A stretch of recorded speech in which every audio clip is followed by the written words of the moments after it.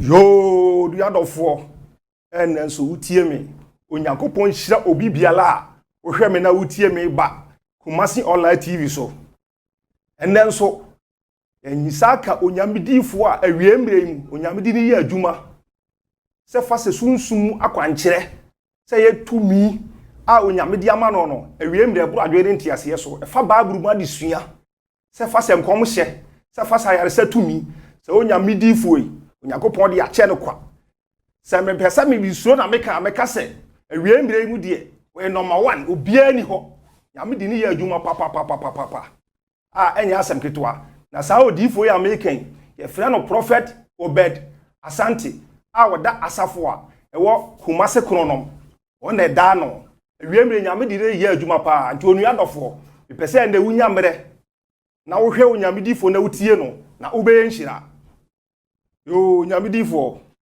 yo akwaba aba Kumasi Online TV so ya eje osofo Afrifa ipacho na apom ti sei oh yes man da woroma boko yo na sofo ma mene asoma nyina ho ti sei oh nyakopon da woroma obi a ho ye pa oh nyame adom edi nyakopon ti asfo ase ye ho ye papa yo nyamedifo ena no pe ye tu ensa frɛ wa enya boni biara okay anse yedi die nyame nam wo so timi yo awiemre mu enti eniema bi na ekire adwen okay aye pese woni ye che ni atiefo ni ahwefo nyina sanse ni say ye kase favor kura ene die favor ya favor kura ene die enti saa mire yi no aye nche ho no ye pese obo mpae ye start ni ma atiefo ni ahwefo ho hwe nyina eti asempa no o Yesu dream Asofo Afrifa Nyankopon hira o amen ansana ye be bom paye no e pese da maso na di e fe no Christ Acceptable Ministry amen aye wo Kumase kronom enti obi biara o hwehwe me ana o pese wo hume no o fa me number na o frɛ me a obi hume ana se obetimi nka Nyankopon na me so be ma na ye hira amen e wo Yesu dim aye mom paye Onyame no kwafo a wote ase etumi nna Nyankopon da wase ebere yi mu bompa ye pegya ye nkomodi ehya wonsa se wo se di hini ma wotumi enna di Jesus na atiefo ne ahwefo enye nhira amen wiase ni na enye nhira amen da wase se wakasa e wo Yesu di mu ene ye bompa amen amen yo nyamedifo akwa babio aba Kumasi Online TV so ya eja osofo Afrifa yo ene ye frɛ wanya boni bia bidi kaka se ye ka se favor kra dia ene sei sansa die ntia mebusa won se ene ye hwɛ ewiase asetem mu aye koya okay obi ono mo a se wo hwɛ no a tim se niema nkoye okay be ma pa ne munyamfo kama pa adwuma kra onya bi nye okɔ adwuma bia mu aye mfa no sikasɛm nye enso behwɛ obi no nso no na che se wo hwɛ no a wo kɔ adwuma mu ani ni afa no enti wo betumi ehu oba nyamfo kama pa na ware ye kura no na wonya bi okwa wale bia be ma ne wo baako a na ye sa de na si ho enti bi so me dwene ho amenti ase enti mi pese me busa se Nyankopon odi ka ma bi num favor ene wa ma bi num su favor na ya medifo we ni masem bisa me pese me busa na wo chiem ne ne atiefo ne ahwefo nyina ne adofo nyina tie Asofo Afrifa Nyankopon hira amen asema wa busa no emodu pa but nim say enu say yenkomodie enkwa wie no na atiefo ne ahwefo aye hira amen na obi biala aso ate ase e ka se favor na obi biala ate ase say ye ka se favor say obi sa me no and say ye ka se favor me grace grace me unmerited favor adom a yesusu say ye ka se favor ejina honom ema tumi pati bi Anyankopon dia ma enipa bibre bia se onfa mra asase we se so na onfa emebonwa ni nhirem anasa onfa mefa ni nkunum die ni so sa tumi no eno ana ye ka no say star see ensroma yeah na enipa bibre bia na o asase we se su bia ewo nsroma ana okuta nsroma no kwasem sronko a onyankopon de ma no kwasem na before say ubediye anasa enime betimi adedi wa bra ma so betimi akonkan wa bra bom no adisa sa sunsun ni munyam no a ye friend grace no anasa star no etimi awake ama okay ansa na watumi adie anasa watumi akonkan wa bra bom okay na ye nhwa de bi ye ka say favor any say favor me acceptable recognized qualified or qualification on failure Sanya we say nyina efiri favor eneba okay enti se obi say o favor emu sasa sadie we say nyina no eye adwuma o nipa na brabo ma na ana se ni favor no se ewake ma no a sanya we say nyina no eye adwuma ana edadi ye nhwa de bi favor eye niema mienu ye was spiritual favor I see and ye was physical favor okay na physical favor no emfa adepa bia mani pa brabom okay emfa ne pa bia mani pa brabom emie kwan emani pa emma de enipa pe wa brabom no ne nsantumi nka I see si e ka se physical favor means just physical beauty eye honemu ahofe keke I see eno ntino ubetimi ehunu abrantie bi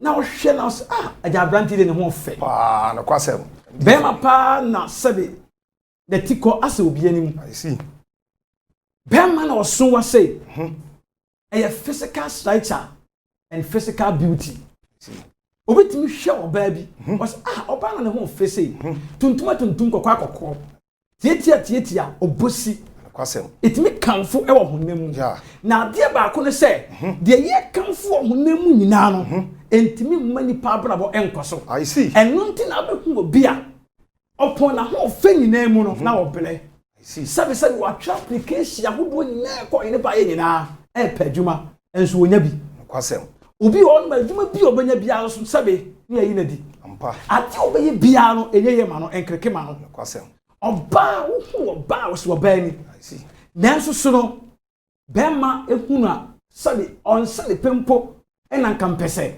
sabe waye no ho ade Jesus se bema basin de pa na sabe on ne debi keke on ne wo a ne wa jairo ni ni na se sunsun mani monyam na wakema no eni ho but what they want to the physical and monyam physical beauty and such so because of nipa kamfo no and no na ene nipa bebrebe di wo ho to so ani nti obre e wa brabom I see yan hwa de bi say ye kase ani monyam a ana sunsun mani monyam a e ade ehia pa e very very very important kwasem e ade ehia enipa bi o wa asase we se su bia no e wo se wo sunsun mani monyam etimi e wo kema wo I see ente saa wo bebere wo abrabom anasa asase so I see yen hwa de se wo kai first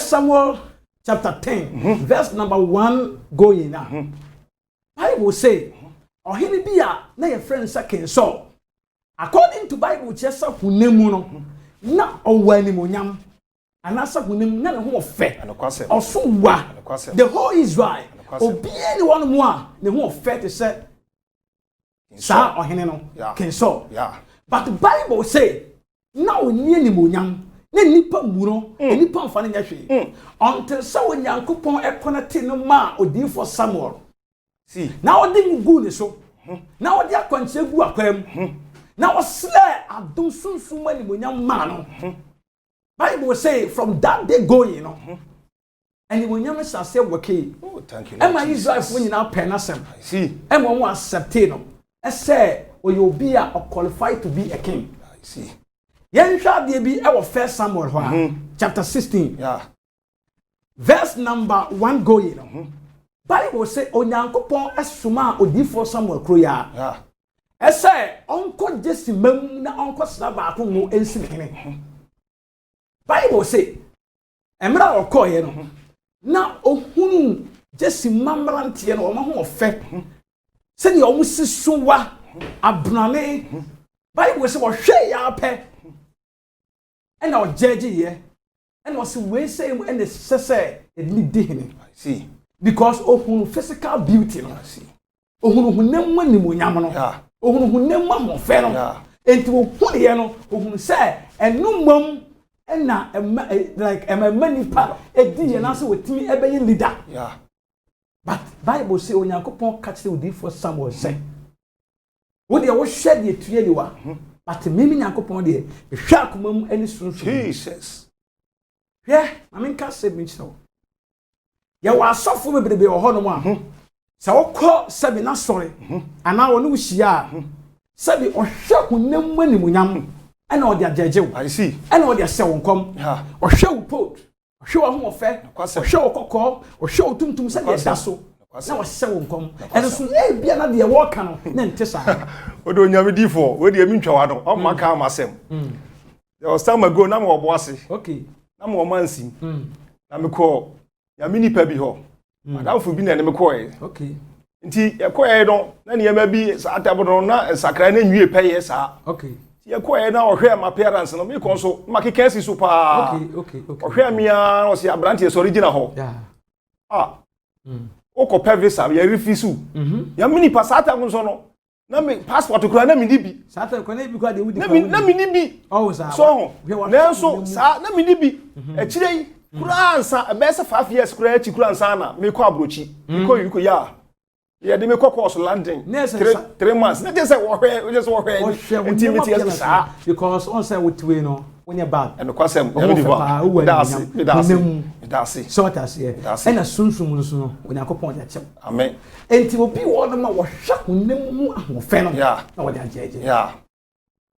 Enti no enam se nipa ye nipa enti no. Odifo Samuel ehwe kunem jeje. Yeah. Me adom ni tumi nyankopon de achem ni se. And kwasem. Se me ni wo hia anasa wo frɛ me a. Yeah. De me ye ni sunsum no. Ni wo ke wura sunsum. E bo wura wo hyebrem. Yeah. Na ma hwɛ de e koso. Jesus. Ansana me ni wadi nkomo. Na wo nyankopon na me so. Ama nkunumdie aye wo de a. Kwasem. Yen hwa de bi. Sunsum mani bonyam no spiritual favor. Yeah. Spiritual favor no. Sunsum no obia ne nani bonyam level. Yeah. Obia ne the favor level. Yeah. Obia ne the grace level. Yeah. Obia ne the star level. Yeah. Ah wo nyankopon de ama no. Na send ye sunsum no star level tie no and our grace level and our favor level tie no. Eno na be kyerem pempenso a wo bedu abrabom. I see. Obi o no man the favor level no et say. Yeah. Obi dey to say. Yeah. Obi dey to say. Obi dey to say. Obi so dey to say the whole studio ha nyina. Hey. Enti obi anko ne dia sunsum onyankopon de ama no. Say nyame nipa nyame wo che no favor na anye pe. Dabi. Eso no di so ni di so. Dabi. I see. Na engbomu no et say adoma chede. I see. On sa adoma chede say okay Romans chapter 12 verse number 6 now. Yeah. Or say na obia wa adoma chede. Enti wa adoma chede a wo bo homoden. And as okay Ephesians chapter 4 verse number 7 now. Or say obia na adoma chede sene Kristo asusu ama no. Amen. Or say obia na adoma chede sene Kristo nso say adoma chede ay measure. Yeah. Eguma hodo. Enti betimi ehunu adifo be 10. Yeah. But obia ne sunsum no ekwan yakopon fa so ne de adwuma. Ene you can say na dom pepenso kodu. Yeah. Level. What I say? Yeah. The gift level. Yeah. Enti no adifo be 10 no. Yeah. Obi won ma say what 10 obi susu ekodi. I see. Ye betimi enya evangelist. Yeah. For be 10 obia ne na dom level. Ye betimi enya pastors be 10 obia ne na dom level. Sa na sunsun mani wonyam etiye. I see. Na emom ade ba ko ne say obisa asem bi say obi wo ho no mo anti Nyankopon bo no wa man favor na. Sa. Yes sir. Ayen hwa de bi. Enipa bia ni wiase we say mo a Nyankopon bo no ba say wa man favor and also wa man grace. Yeah. Ana wa man tumi poti bi a ode be bawura ne nhira mu. Yeah. Na emom de eba ne say sunsum no eye ahonhon bone na de won saka. Jesus. Because say Onyankopon de mawa wo sum na wo de sunsum no ebe wo wake na pie honem ani ama wo so wo sum na wo de mpempen so de ba se ko ba se wo de kura anase bedura bi wo ko pesa be besa ne refisu enkratasem eti se enema nyina nkoyi eba sa na eti de sunsum no wo favor no wo grace no wo star no ho atechema I see tumi bi de ne saka I see obi all ma sunsum ni favor and ni grace no ya kata so this time no ya kata so ya dia to atwene obi all so ya say no etimi no say o frame ya de me yen say sunsum no bi bowura wo hyebrim na ma hwese wo star no ya kata so ya say no ya dia to atwene ana say na tie na me hu wi a na wo yakopon na me so awo ke wo nkuku tumi mama I see na fe na o star no so na so favor no so e na start ya wo ke ma wo ama nkundi aye wo dia oni adofo a wotie me se wate ene wate nsem wasum se wate nsem wasum me sifiro nyame nipa se esi a wo skin no so ne normal na egu ho no fre ni se esi a se wo hia yaresa se mpo wo pe ba anasa akwantuo mu nkrata asem anasa wo ama no ne ba bi biale wiase ba fa na ha nyina la na wo dia mankoso me sifiro nyame nipa no ye fre no Prophet Obed Asante na soro no Kumase Kronom ye friend of Christ acceptable ministry from nyame nipa ne sesi a mentwa na asekura friend sesi a na nyame na so beba wo waye nhia na waye kurumdie ama wabusua wo Yesu dirim amen nyame nipa yankto aso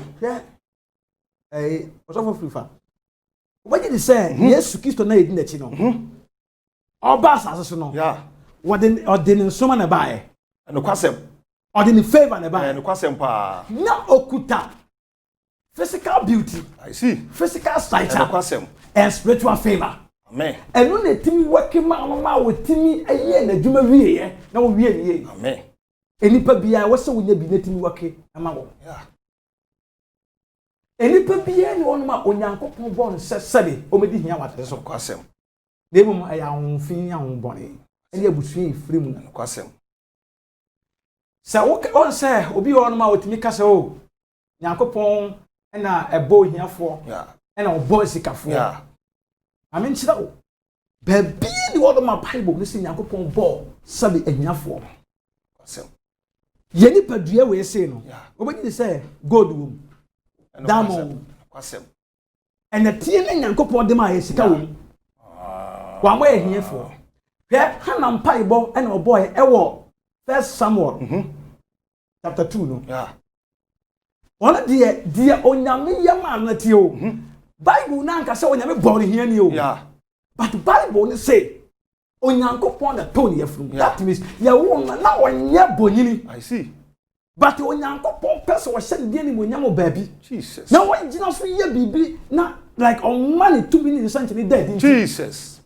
and na bible so onyankopon tone yafrum etimra wo ye no na sidam paibo na wo kase onyankopon obi diye tie wo se oma obi ediye enu mo obi so ye dey edinya that means obi ya bibinti na ma kire wase bibinti obi ye hia ni ana oba asase so no enema ntimi nyeye ma no onyankopon timi ma ne diye na wo yin free enfutrom ene sumi na so ene kwa mopomba mu na osam nya amopomba gya so tena amen kana say onyankopon no ono na okum na wo mankwa na wo mo bi diye ene wo mo bi so ene edi na that means obi a wo sika aye na wiase ni hu se wo ye sika ni onyankopon betimi amana bafam on the kuta to me but nation wa foni hia enu nti na ose ha makasa wo say enti aya amamon kasa hantan kasa pi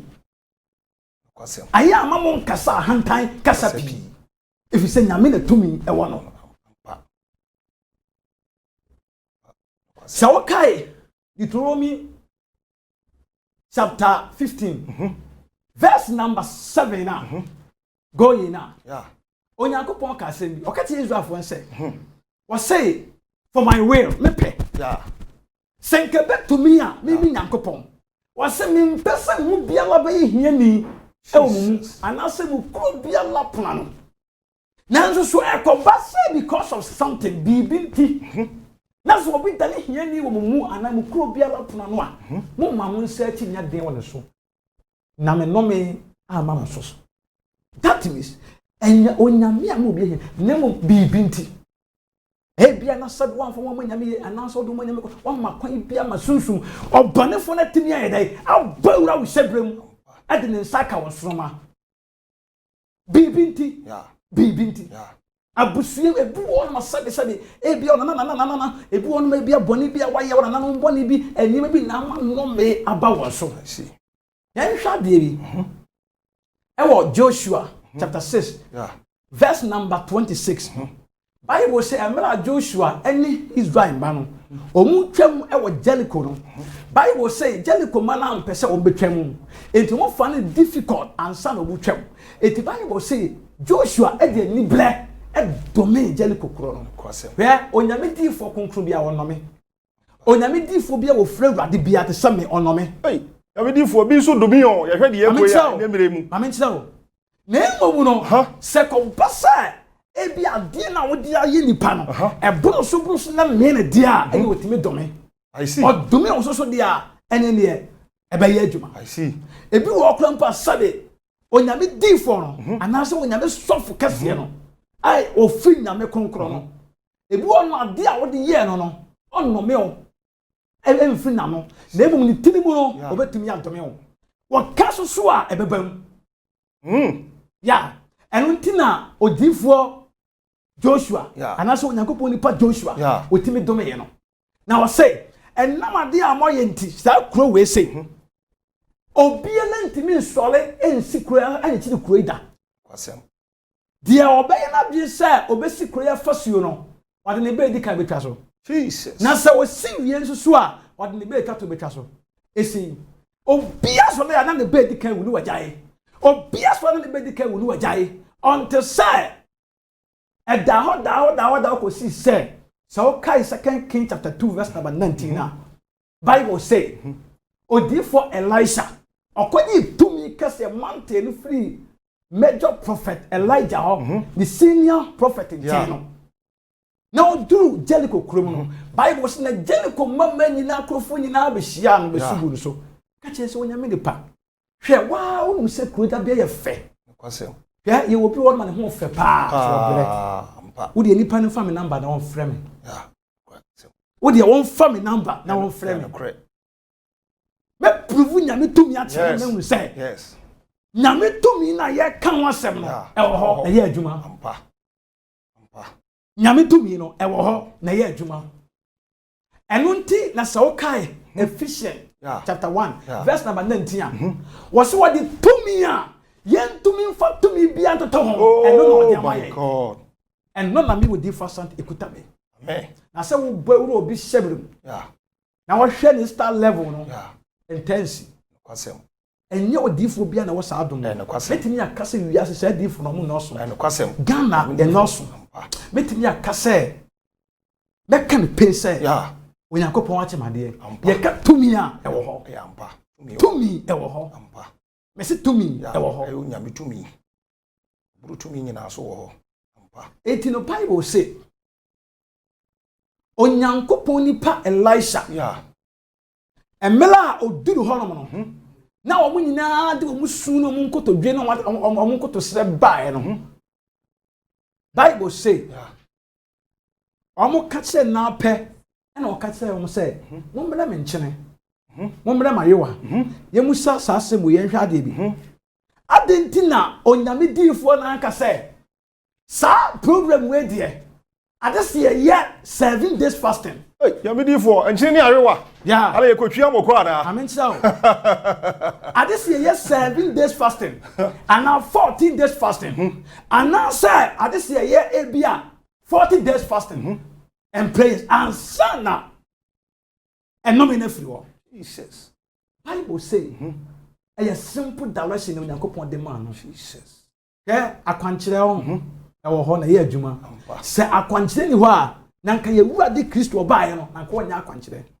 obi wo no mo se kono kokko biale esu tade mu na ho befi wani ebete obi wo so a wotinta su gu fam na ode en afra na ode kanani na hono ma na ate wo ye sanchene bebrebe na sanchene wo ye nyina no directions akwankyere ena ode ye adwuma akwankyere wo ho entie mu so se odifo no ko betumi akase e wo se ye 40 days and 40 nights but simple direction wase mumra menkyene mama yewa no de consume ni wam na ohwie gum na wo bonya wo ade den no prove ni to me na Bible say enome no if you kuro so up to now enome na anya adwuma bi amedifo Paul so ho ma me ibuso wase baako question busa me san say enyina yete asofufuo no bi say sofu bia kro de wo ye kro ye adwuma bia no emfiri nyame nti so na akwa chi akwankyere no e wo ho firi tete obi obeka sa bia no na onsua twere no I see ana wonim de wo ka ena ewiase ade a wonni bia no wo jele so ampa ewiase ade a wonni bia no aya na sabe wo so ne tia wo kasa tia because wonnim kwan fa so nipa de ye adwuma wonnim kwan fa so wonyae enti ana wo hunu se eye dan enti no sabe enya nokre enti wo so ne tia enti mi no sa ha no de mi nko omo ka na omo nka I see obia me kwan a ofa so ye ne nyame dwuma ene kwan ya nyankopon afa so wa frɛ no ampa me no me frɛ no enti sa wo so wo frɛ no ko a fa wo frɛ na fa wo frɛ ye dwuma odifo Elisha de frɛ no eno nti na Bible say sa wo kai 2 King chapter 5 1 Naaman kwatani ni ba ne nkyɛn no wo say wo so say ode ne nsa to ne so na ode ne nsa fa sabe ne kwata ne so na wa bɔ ne nyankopɔn ne dia bɔ mpaya ma na ne ho tɔ but the Bible say on simple direction hwɛ ya wa bi wo ma a simple direction wo de bia na obi wo ho na wo nam ani bi ma so pese otu na mo bi e bia wo pe leadership bi e say ya beto abai politicians obi wo no mo a ope to me or propose me wo de wo frɛ me me ma na simple direction see nyankopɔn enna so be man kunimdie aye na dia na ade ba ko no se o se nipa nte asem no o pese wo ya ade patente sa pese wo ba ye no ka che se ko na ku dware so osutade ni mu 7 times ampa o ho be fi Bible say o de atinyi wa nyale wo ko no enna bofo ne ka che ne se so ndi so nyankopɔn nipa ne ka che wo se fa ade sunku bi ana ye bibi sunku bi ntika wo nya na o so why not come here ampa and o say any dear master try na try and see obi frɛ me na wonhwɛ ampa Bible say okoye no okoda mu 7 times okoto so 7 times 7 times ni so ye no na ne kwata de nyina akɔ just a simple direction eye to me and eye adwuma ampa eye to me and eye working obi frɛ me di fo nyame nhira wo na me improve nyame to me nkyɛ no kwasɛm na hu sɛ nyame to me atiase na wo ho nyame to me kwasɛm onyame to me atiase na se yakase favor se wo favor no an waki amawa obele wa asase so ampa obele pa yan hwade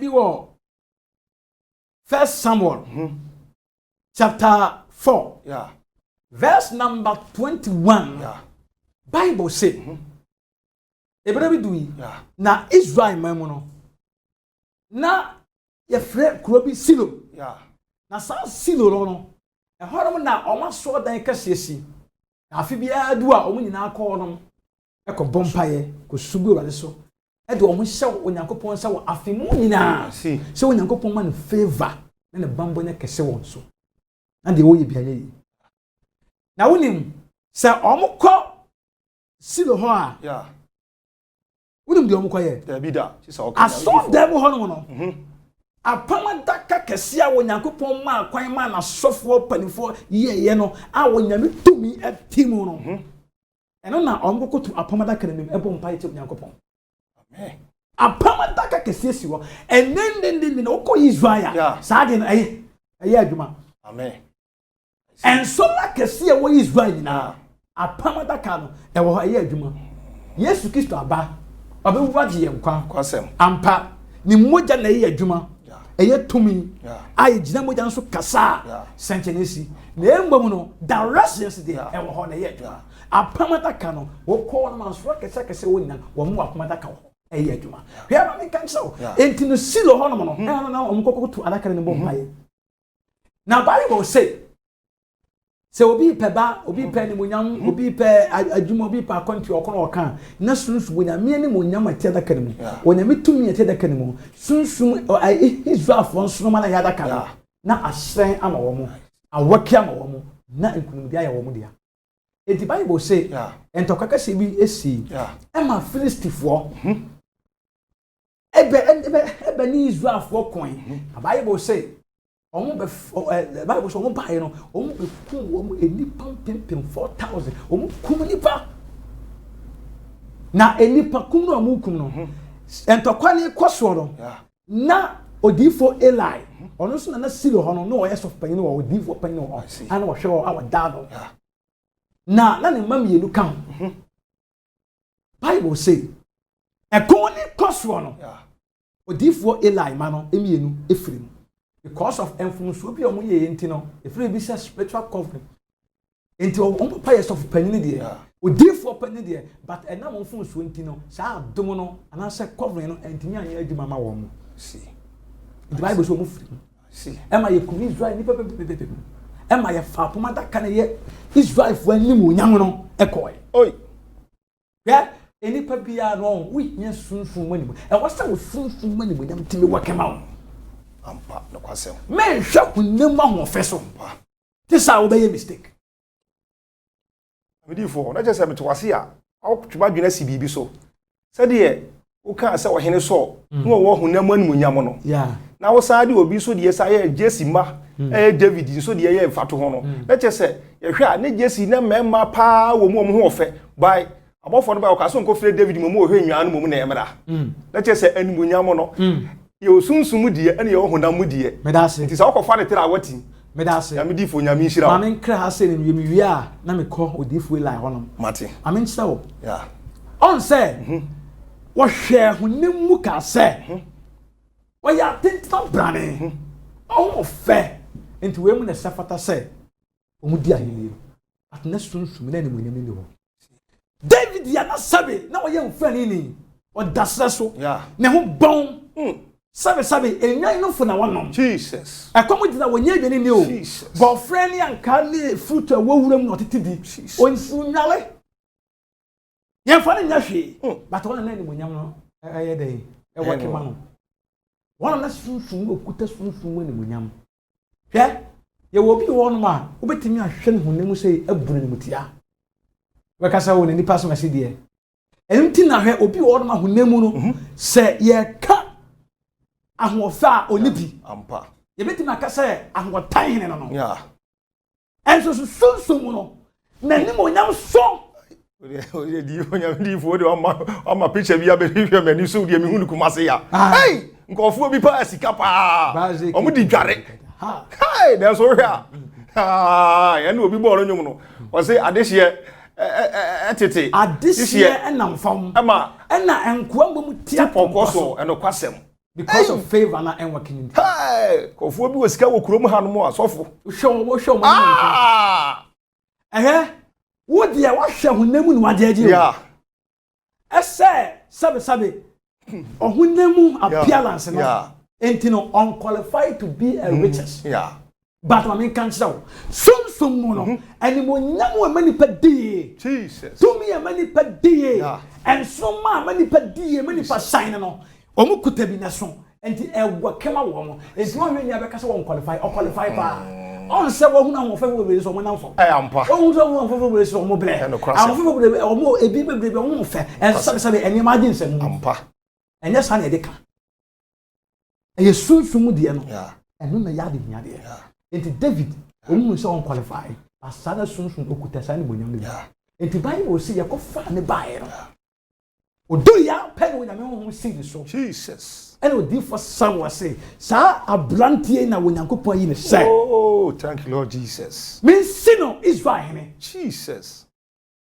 now on judge Israel on for Israel ko on de wonyankopon to me etimi pese di pepia wo tie me na wo hwe me Baby will be an wo ma wa wo mo no men hwem enyi bi men kasa we hu feche we say you say entino sabi me pe wo yasam pe wo yasam ana enhwe obi emu obi animtia e sunsun de no na weke obi ono hu na won keten o hu na hu ni pa ban bia ba sunsun no na nsuma no e weke I don't think I'm say e bia na ho fe but we bia enye wo de freme na Nyankopon na me so Emma sunsun emie won soma so na won soma ye den enwo kema amen amen ayen hwade bi yeah obi timi hwe obi yeah na sebe na ni bre no ampa ese enti eni paso masi pa na enti wadaka mu yeah eni paso masi pa na enti wasifie yeah eni paso masi pa na enti sebe enti wadu ha yeah eni paso masi pa na enti sebe wo enti wanya kwa abu kire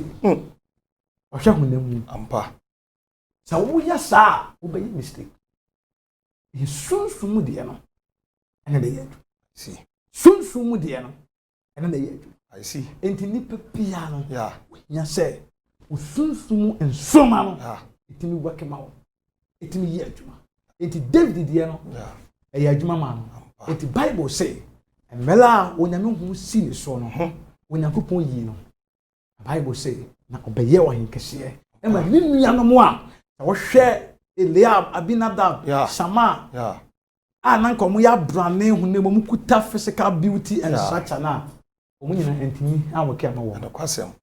Yen hwade bi Yesu Kristo. So okay in Luke chapter 2. Yeah.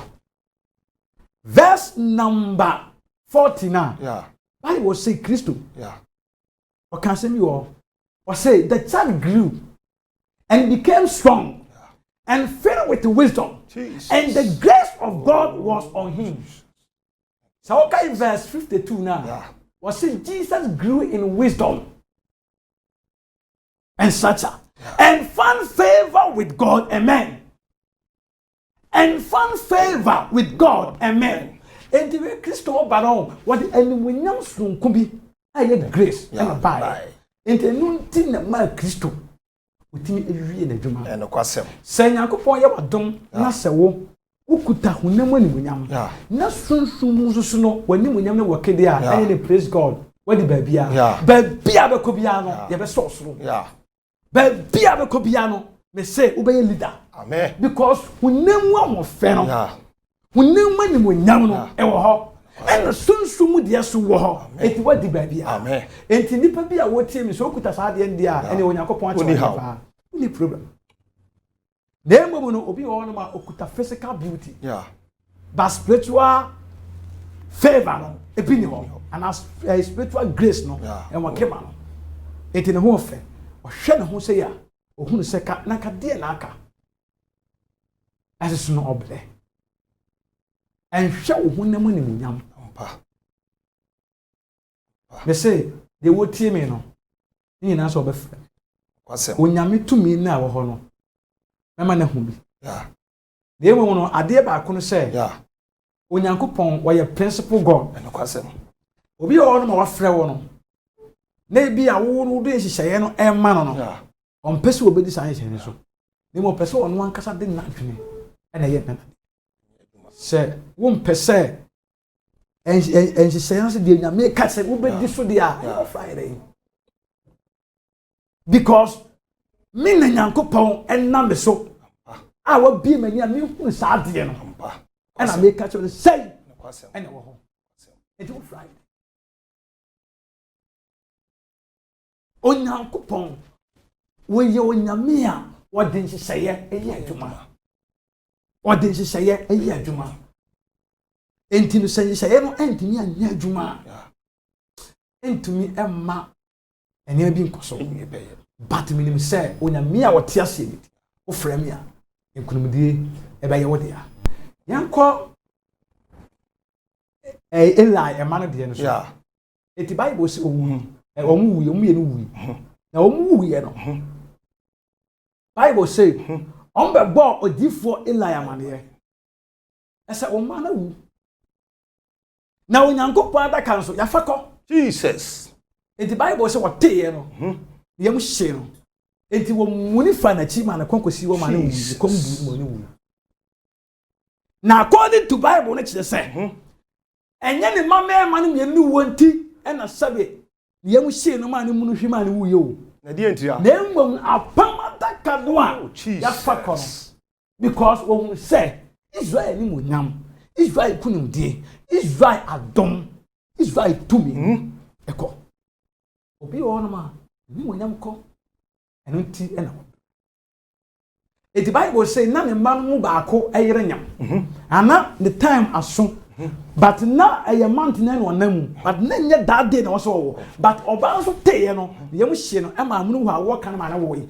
wo wu na na wo wu wo ni na wo eti mana na omo gina wo no Bible say omo twere say Ichabod Jesus so kai first Samuel na me di kan ko tu ye chapter 4 verse 21 was it Ichabod I said the glory of the Lord has departed from Israel. Obiani when you friend so Ichabod. The glory of the Lord has departed. Obiani when you go. Namidifo. He. Adofo a wo hwem na wotie me be Kumasi online TV so. Firo nyame ni passe sia, fenise sia. Me si nyame be fa no so ama wo waye nhira. Inu adofo a wo hwe wabera bomu ani ma nkoyie. Wa hwe nipa wo de ni si so. Hwe de oklasmate hwe de na waduro. Esa adwuma kura onya bi nye. Enye kwa wo. Etumi bi wo ho no mo etimi fa wo de ekwohye nsuom de kukuom ni ade. Me si firo nyame ni passe sia. Nyame di foi. Ewie me nyame di ni ye adwuma. Wa wati nsem a wo ka. So wa hunu se wo hwe. Me si nyamere netie no na frɛ ni sesi a na me gidi se Yesu Kristo Nazareth ni nyame be fa nso ama wo yenhira o pepes ya wonya wadwuma sem wa wo sem wa ware sem aye basa nyame be fa nyame difo so ama wo wa yenkurim difo watamfo so Yesu dim amen nyame nipa ya nto aso wanim ya de bi ya ye wo bi wo no se ne me kai no susum no ya na nsroma no ya anase ni favor no ya anase ni grace no ya sunsum ya kata so Jesus obi wo no ma ya je ato atwene Jesus obi wo so ya se no but the akoduru bia no onyam be fa me so ama sunsum enema asa ye no kwasem because okay Bible na ya wasi ye sunyame a wo ye nsenseme tisafo our God that we serve is a destiny creator, destiny changer, and destiny restorer. Amen. But Satan is the destiny steering, destiny killer, and destiny destroyer. And witness John 10:10. Bible says the thief comes only to steal and kill and destroy. And Jesus said, I have come and you must get better good life. Amen. Yes. Ye to me. Amen. And until and as I 1 Corinthians chapter 2, verse number 4. Yeah. Bible say, Paul can say me. Was say my words and my preaching are not enticing words or persuasive words, but with demonstration of the Spirit power. Was in a minsem enemy in Kasayeno. Enina enipa defe and samso. The emom eye on kunkun yiche to me so. And eye to me. Eye to me. And the kwasem. Eye to me. And the kwasem. Kwasem. Ye kan sunsuma sema. Enipa bebrebe didi agro. Ampa. Enipa bebrebe e fan tra. Enipa bebrebe fan say like yo na be for the mitwa no. But entesa. To me be na wo kan ho asem no. To me say fa to me say. So to me didi e. Me kanya me to me. Aha. Me kan Kristo Yesu a. Aha. Oba sase we say so. Oh, thank you Lord. Ya wo se nipa. Yeah. Because to me ne o ma hodo be. Now ni ye. Yeah. Now the nim kwa ba to ho ma nipa. Jesus. Now be wu ma yen. Yeah. Now the ni moja age yen. Ampa. Kristo Yesu a. Ye ku no ni sie no. Jesus. Ne nansa so sorry. Jesus. Sandoro man. Now of course no. Now what ye judging sending for so di man yen. Thank you Lord Jesus. To me ni na nyankopon Kristo. Onu to me na me kan ho sa. Amen. Enya busum tumi. Abida. Enya kramo tumi. Yeah. Enya dunsni tumi. Jesus. Enya tumi bi e wo wiase. Tumi bi e free bunsam e powerless. Kwasem. Ye ka tumi a Kristo Yesu ni tumi ene ye tumi. Eno nti ena sa wakai Matthew chapter 28 verse number 18 was say na eja no de oso ne asase so tumi ni na amame. Authority in heaven and on the earth has been given unto me. Or the oso ne asase so tumi amame. It means me smamo na mamu sa tumi na. Nti onyame de ni tumi no a eya yare se tumi ne adoma chede tumi no ne yare se tumi no odi amawo odifo Obed Asante nyame onhyira wo tumi ne wo ho eya adwuma eya adwuma tumi ne wo ho etina so kai look kan na wase mam tumi ni mam tumi ni mam tumi ese muntiatia wo woni ye nyankyere afo na ho de nyina so bibia ntumi nyam. I've given unto you power to tread upon serpent, scorpion, and over all power of the enemies, and nothing may shall buy. And nothing shall by enemy hit you. And be one will be to me account. Be anyone. Me mamu to me. Me mamu to me. Me mamu to me. Say to me be na make myself. Onyankopon to me. Onyame a wo boss so Jesus. Abraham nyankopon. Isaac nyankopon. Jacob nyankopon. Jesus. Israel nyankopon. Oh yes Lord. Ono to me na make myself. Amen. Ami nhyira wo, nyame difo. Ami nhyira wo. Enye to me be ndi adwuma. Yebo no say one thing is say no enipa di to me ne ni monyam akoma bonsam. Eti na nkame ya akoka say no se hu se obi etu pempensu bi a aye bonsam to me. Enti ya na bi busa say sabi se yasefo na e kan enti Christopher so nti ye ka bi. Enti se sabi ye ni na ye Christo ni ye se wo to me no. Na ni to me na wo he. Ye sinyame wo to me. Enso obi enya sika ye se bonsam na ehira. Se wo ye Christo ni na wutie me ni kwan sa wo ka bi. Amedifo. Bonsam to me wo ho. And the samri. Wana wakwaji enema ne sabe ene bonsam to me wo John Walcott ene sabe wo frɛ ohun bi ene wakwaji sikaduro ni niema ne e wo ho me nkasa wo ho. Yeah. Na embom no ye kanya me to me so e wo ho. Anokwasem. Enti pesai ni pe ni hu se nyame to me ne kan wo so e wo ho na ye adwuma.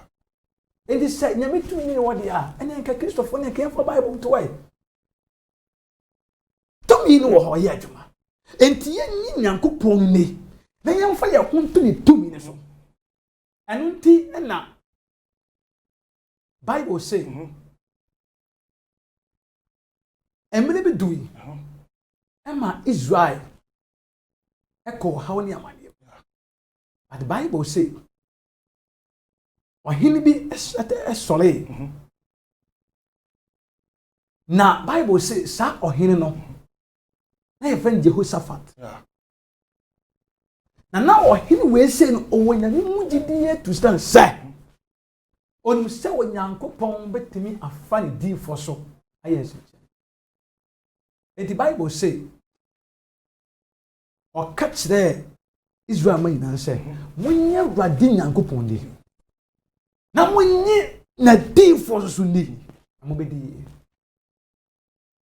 ampa omuto ogidi do moto so no tumi no eye adwuma ma wo e wo kima ye tumi na me wo tumi entimi de ka me kase eni kwase nipa bi akase sabi obi a wakonya sika bia omu won ma wo sika na yi na obu won ma e bia wo betimi ajeje no atne ntesa ebi wo so e bia betimi ajeje no netesa at eni wo bia akwai sa sofo ne difo nyankopon afra wie bre obi won ma behwe na ajeje no netesa obi wo so a nye na netesa eno ntine nipa bia wo hwe hunemu jeje no wo hwe ne yi obeyafo so bebrebe obeyafo so bebrebe obenya no bibebe eno nti na hwe wona said wo kan sofo ho nsam gye asofo ne ade no se won hwe ye na se wo kasa tie wo difo wo free nyame a wonya no me se wonya no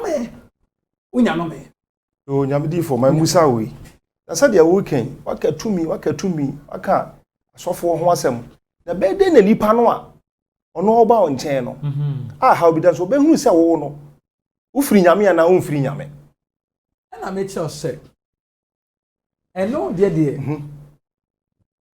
ye will be ho na obi hunu yeah ene bi wo so ohunu yeah na bible ka say was dua na ba na dua na ba no me ka sem bi yeah enipa bebrebe adwene won say se wo ye evangelist dia onkonko je duru obi adwene se evangelist bi eni won ma sabe akowura okotum eso so evangelist fo bebrebe wo okotum ebi adwene won say se wo ye pastor wo ye teacher omo de omo nye duru adifo nko ehu o sa oi eso so wo nyina ne bebrebe wo eni ye wo enipa bebrebe so a nyame afre wo no kurem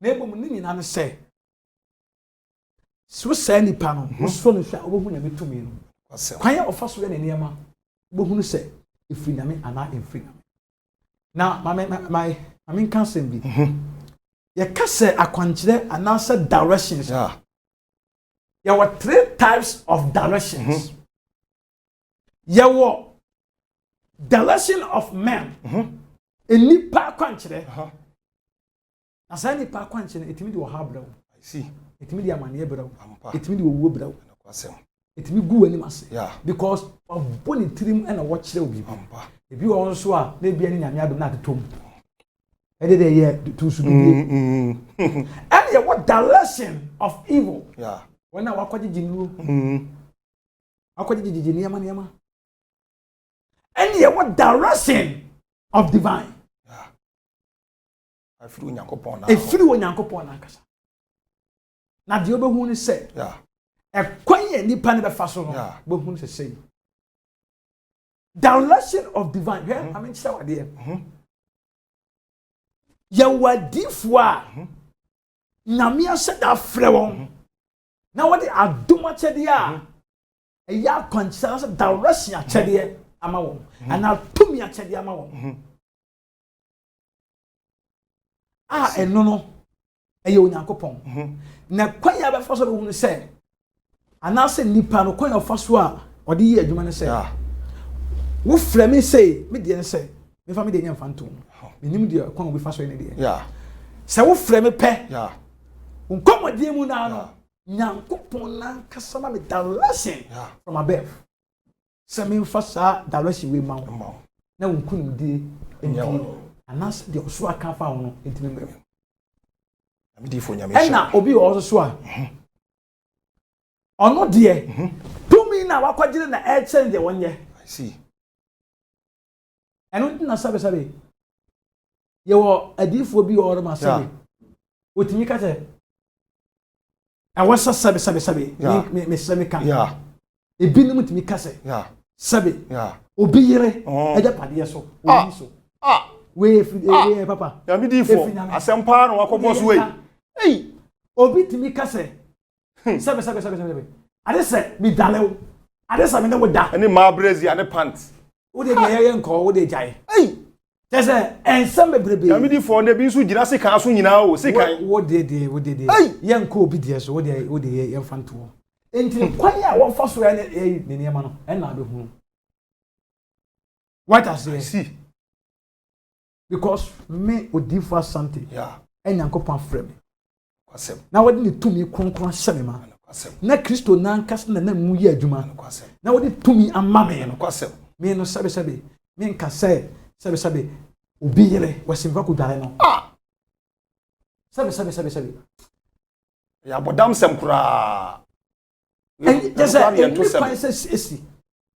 eni kwan se esi se what I say but odifo ofri nyame no on kasa de na mum direction nyankopon de amma no eno na ode be ma wo na onyame tumi aweke ma wo na wa ye nshira na wa sin kumudefo e ba chwa dase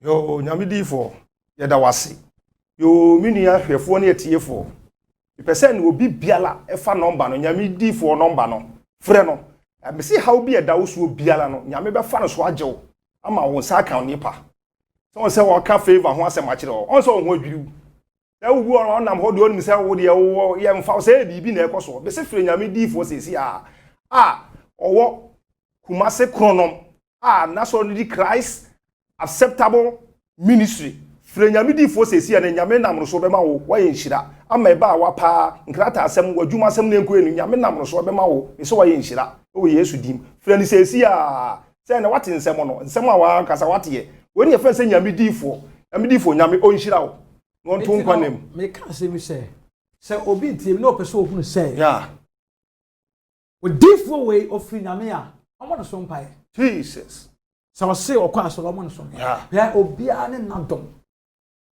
kwase bɔ no so mpae a nyame be ya kyerɛ kwase be twa kyerɛ empo asɔre dem wo mpo no wo ye obi a nyame wo mu a wo duru ho pɛ de wo nsi wo pɛ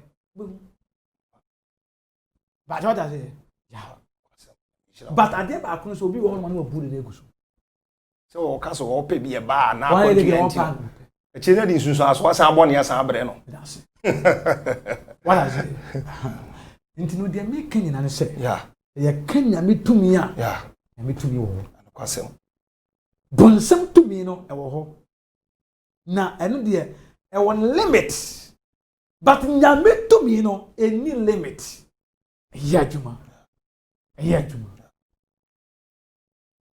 eno nti na me kan no e wo efficient so the tumi a yen tumi fa tumi bia ento tumi eno eno de wa amishira nyame difo amishira ni nsɛm de ene wo de amaye ene nyame ho adwiri me ene wa me yakɔ deep say favor no ye mu limit bebrebe obi die wo nketwa obi die wa kɛseɛ bebrebe nti sɛ wo hu obi a that because sister yi pa hwenani pa wo de daka mu bra yi pa mo enu nti na ni kwan sɛ sunsumu favor enu nti na ni kwan sɛ wo jealous obi and kwasem obi wo no ma sabe sɛ ohunu sɛ ɔna yɛ panini na wɔse nanka wotimi duru baabi wotimi nya ade na sɛ wanya ɛne nua ketewa be nya wo jealous no ampa sabe ebi kura mpo nuafo ampa buwa busuam pi ebi na to Joseph ampa Joseph ni no mo yɛ mpanifo I see but na favor na ewekima Joseph no na wo de ampa na favor na wonyame dia che Joseph sa kyɛde na wo de but wɔn mo ehu ni saa obi wo hɔ no wo hu ni saa ɛno nti sɛ wotimi kasa me na me yebusu apanyini me na wɔso na nkasa bɛsɛ na ka betwa bro me kɔmanim na me ntum enti sɛ saa dia me nipa bi ntimi mpagya wa busua mu me mba wo bi ntimi anya agyapadeɛ dadi ebi kwan sɛ basa any kwan sɛ basa because bia na wo no star level no ɛkyerɛ sɛ bia wobɛtumi asi bia pie baako pie mienu bia na wobɛtumi asi efitwasia baako but one day obesi abrosan be 30 ofeto cars be 30 waka asemo na nsroma de ne ko yen ko ade bi nhwe politicians me mpesa me ko pi me nye politics me no me ye campaign ema Christ me nye politics ema any political party bia other party A or party B David menya ma obia na emom ade ba ko no se dia onyame e ka kyerɛ me na meka me ka asɛm wo atwam ɛsɛ aba wo ese a ye betu hu ade bi amedifo kan ade a nyehu ne se aba we say enipa bebrebe afan say bibia be ko smooth but aba we emu be dey pa Jesus na enipa be wuwo abatu mu eduru mra ya to abana enye ba bebrebe ni bekoso bata wiye no onyame be ma ne nsaso fi se die onyankopon ka kire me abahun pa nhwa de NDC NPP nyankopon ya adom a who say last 4 years say abana e course no say NPP enya 54% and NDC enya 44% and who say atia ba form na NDC akunya 34% oi na NPP akunya 64% na Apeja. a favor and a bachelor Atija. a favor and a bachelor Atija. a favor and a bachelor a Teacher. favor and a bachelor na enyesa meta political party bi Yeah. nebum ade ba ko no se de nyame twa kyerɛ me mahunu na make Yo. Inu adofo nyame ma ogidie nya saa ma wo. Si firo nyame difo so ye politician. So ye ohene. Na wo tie akonwa so. So ye hwan. Me se firo nyame difo no ba na egu ase ni sisi a. A ye frɛ no Obed. Prophet Asante. A wo Kumase Kronom. Sia ni ni asia sesi ne nyame nam so be fa wo so ama wo wahenie ene wo post na wo pɛ no wa ye nkunimdifo o watamfo so Yesu dinim. Amen.